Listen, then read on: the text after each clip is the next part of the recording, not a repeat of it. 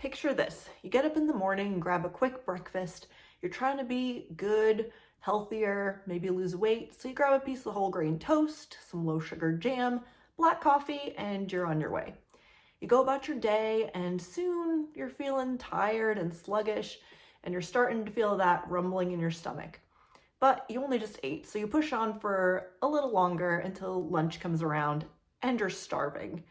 You really don't feel like having that salad with all the veggies, a little bit of grilled chicken, even low-fat dressing for lunch, but you're really trying to be good today, so you eat it, maybe a piece of fruit for good measure, and go about your day.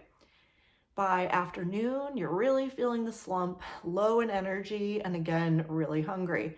So you grab that yogurt you packed with you and carry on.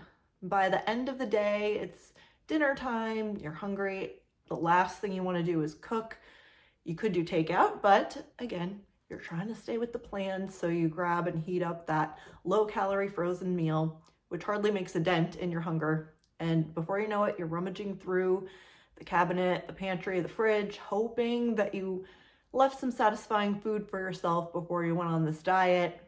Oh, you got some chips. So you say, okay, a couple can't hurt. I've been great all day. So you have some of those, but before you know it, the bag is empty. How did that happen?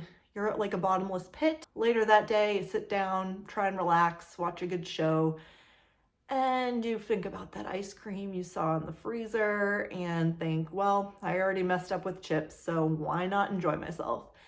So you grab a bowl of ice cream, watching your favorite show, and then it's so good, you get another bowl, and it's really the first time all day you got to relax and you feel joy, so you just keep going.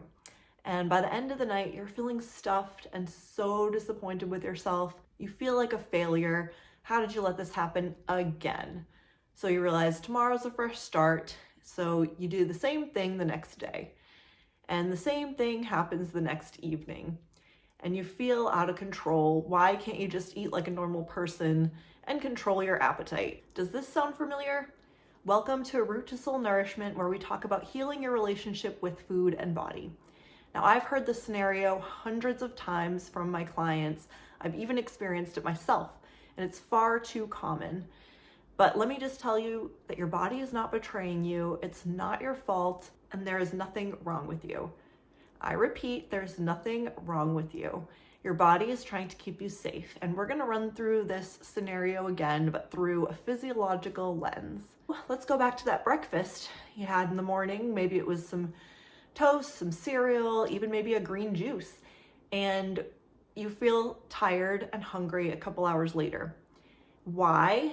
If you think about that breakfast, it didn't have any protein or fat. And those are two things that help your body regulate your blood sugar and your appetite. When you have foods that are really void of that protein and fat, your blood sugar is going to rise pretty quickly. And that can give you a quick energy boost, but then your body thinks, okay, wow, that was a quick rise in blood sugar, and it sends out hormones to lower it.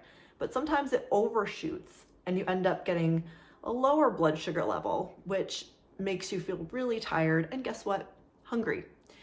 And now this continues if you have another meal that's pretty much low in fat and calories again, or protein, sorry.